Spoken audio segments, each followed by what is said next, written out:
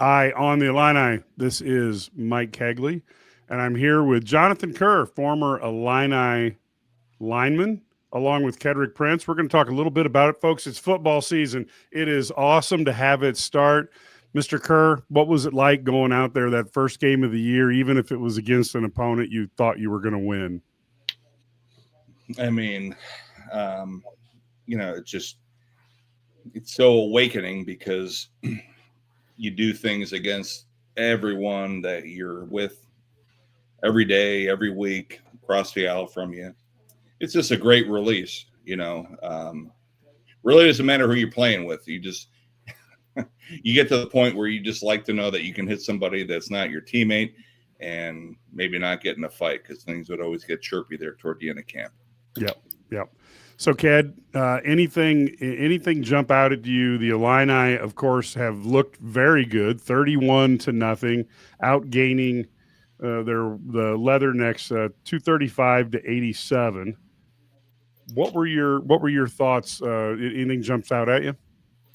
Well, I'm kind of glad that they came out. They're 31-0, as you mentioned, and I'm sure at halftime, Coach Bielema will be a coach, which he should, and talk about a few things a few mistakes. Like there's one mistake, and I'm being a coach too. There was a touchdown pass where the receiver stopped running, and all my missed him, and he was kind of upset with himself. But for the most part, and I will be honest with you, Mr. Curry, and you know this as well, their offense is very manila right now because they know they have some big games coming up. They're not going to show the total package. We're not going to see that. You'll see a few things, but you're not going to see everything tonight, which I don't blame them. But, the bottom line is we're up 31-0, and, we can't complain about it because I've seen worse at Illinois and games where opponent like Western, I got to be nice, my son went to school there, they will make it close, but this isn't going to be close. So a couple of things jumped out to me in the first half. Look, I know it's kind of nitpicky, but the only things that I've seen is a couple times I thought Altmaier had a rush, not because the line didn't do their job, but because the wide receivers weren't able to get some separation. And then the other thing that and Ked knows what I'm going to say because I whined about this for the last 2 years, I don't like to see my quarterbacks take any hits. And so I don't want to see Luke Altmaier put his head down, and I would prefer him to get rid of the ball Jeff George style, throw it out of there before. I don't care if somebody's 6 feet away from you. I know I'm going to get a comment here from Mr. Kerr, but I don't want to see my quarterback take any hits. So Mr. Kerr, you go ahead and respond to that. Well, we talked about this right before we went on. This guy, he's done it for about 3 years now. And the crazy thing is that every time he's done it, or many times when he's done it, he's gotten up very slowly, the way I get up out of bed very slowly. And this guy is 21, 22 years old, has a chance at playing at the next level. I don't know at what aspect, but yeah, I mean, this has to get ingrained to him. We'll see. Yeah, because he has to start doing the things that's going to put his team in the best position to win. I get it. He's a athlete. He's very competitive, but at some point, logic has to take over, you would think. Well, I agree with you. And I'll tell you what, you're right. He played enough to where he should know you slide. He kind of went head first. That was surprising to me for a veteran quarterback to do something like that, because you're one injury away from being injured, and no disrespect to Ethan Hampton, who's going to be the backup. But the bottom line is you don't want to be injured in a game like this because you have a big game against Duke next week, and you want to be able to play in that game. Well, I'll say this real quick. Fast forward, Ohio State, fourth quarter, you got to get to a first down. All right, Altmaier, do it. Come on now. This is Western Illinois. Just come on. Just know your role. Yeah, I'm not going to argue any of that because he's having an incredible half. There's absolutely no doubt about that. I also look and I say, I'm looking and Gabe Akis is having an unbelievable type of half. Jonathan, is there anybody that you would compare him to that you played against, or anybody that he reminds you? I know you've been an Illinois fan since you were in high school. What were your thoughts on his presence out there for the Illini? Well, just watching him like basically come fired out of a cannon. He can swim to the inside, but basically he's lined up on the outside. They can really, my guess is that they're going to line him up everywhere just to create havoc. Simeon Rice is probably the guy that when I watched him in that first half when he came there, and interestingly they called it a strip. We'll get into that for another conversation. But I never had to really go against Simeon. I was a guard. But during one-on-one pass rush back in the day, whoever, it didn't matter who Simeon went against. He would just he'd ring him through the reaper. Gad, how do you like how Gabe's playing today? And is there anybody else on the defense that caught your eye?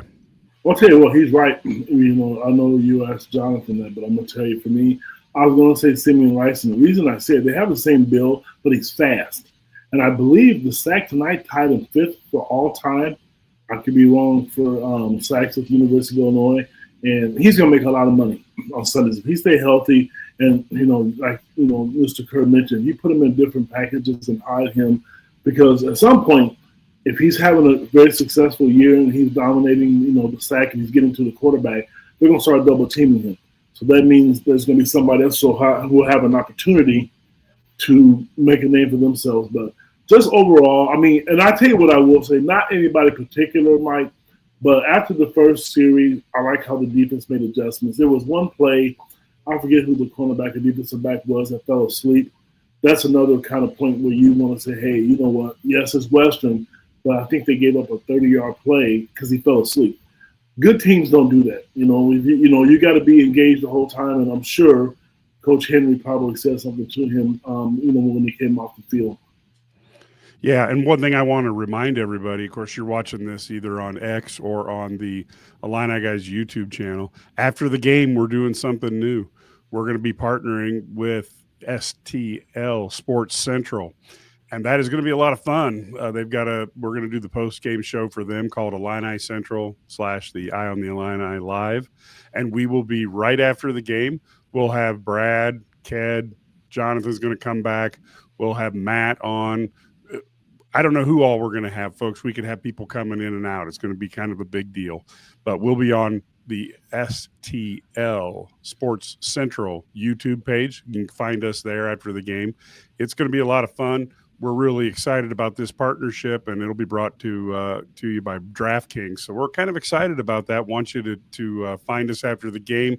And, folks, when it comes to live post-game coverage, think of it as imitation is the highest form of flattery. That's all I would like to say. When somebody imitates you, it is the most kind thing they can say about you, and it's great that we spawned imitators.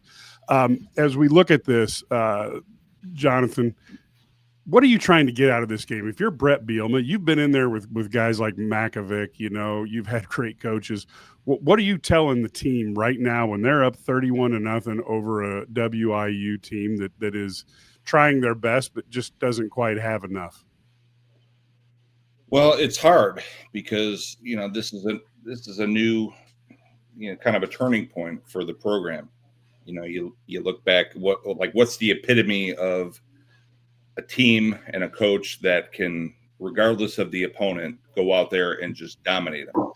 I think of Nick Saban, who was relentless at just being more hard on their players during a week when they played, a directional opponent.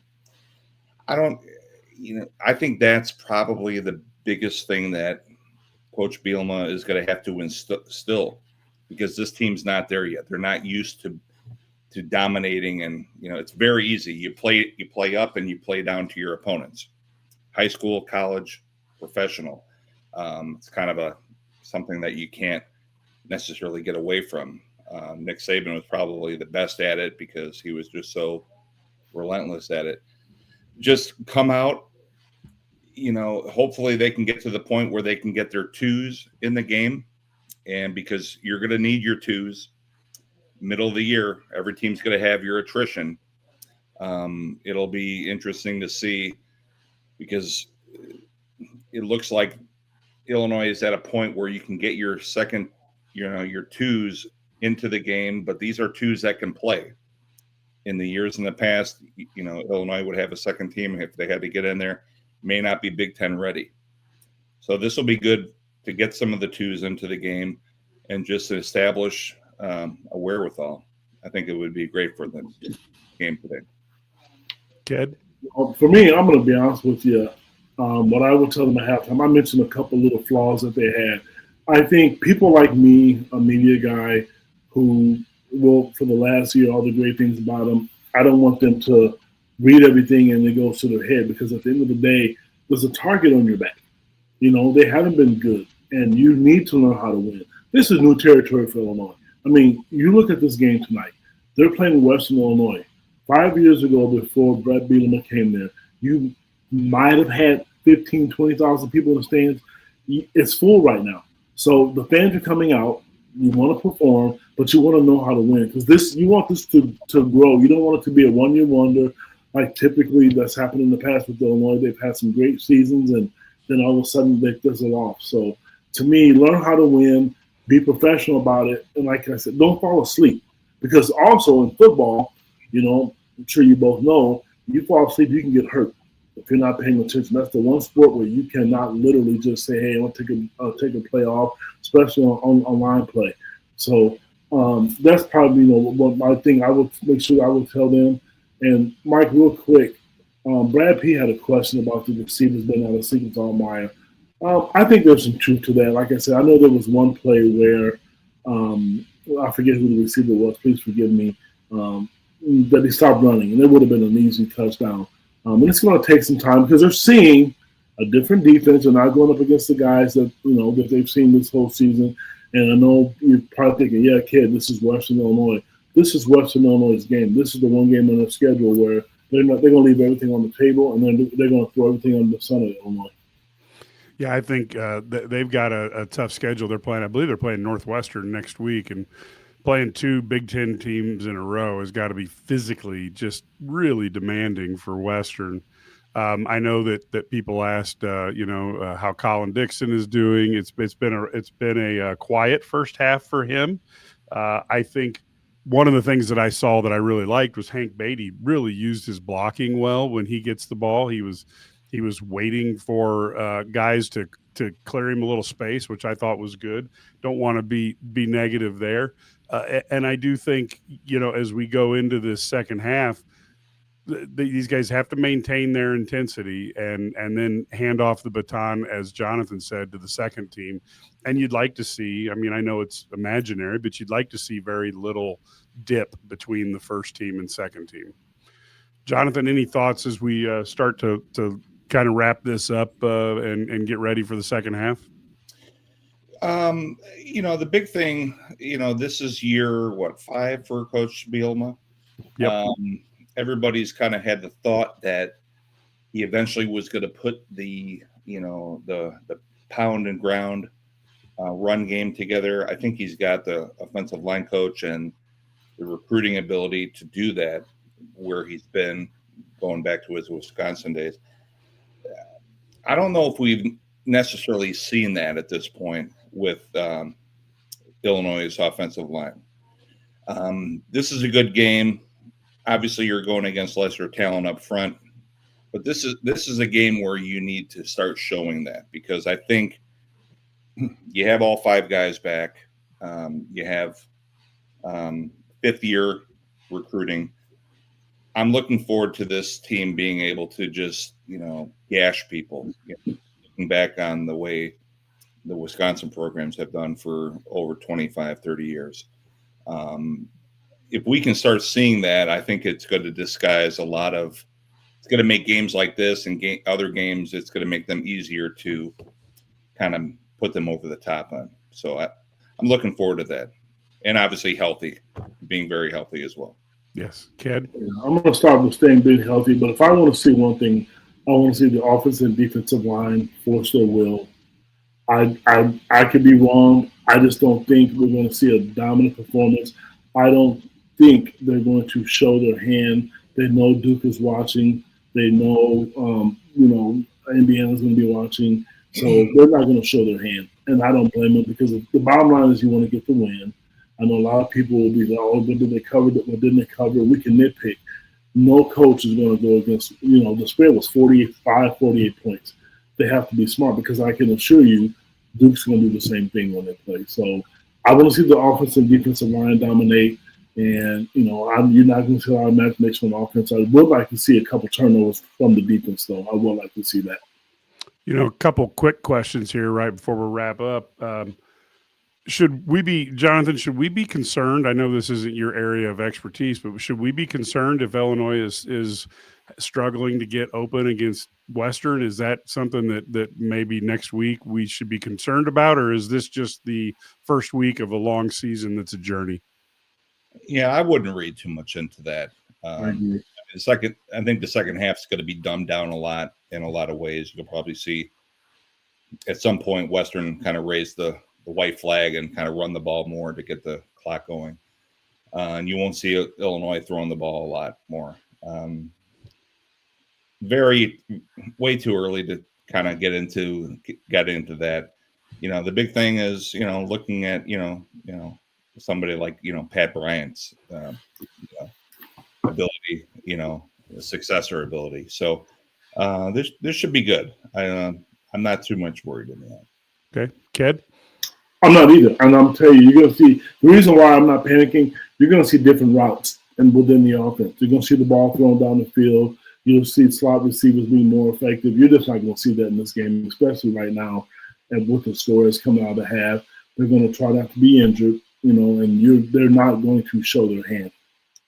Yeah, and this is something, like I said, I know people have been talking about it online, wanting to see a little bit more wide open. And I just think, like you guys said, the speed and pacing is not going to be there because of what's going on. And it is one thing that Ked was correct about is Illinois.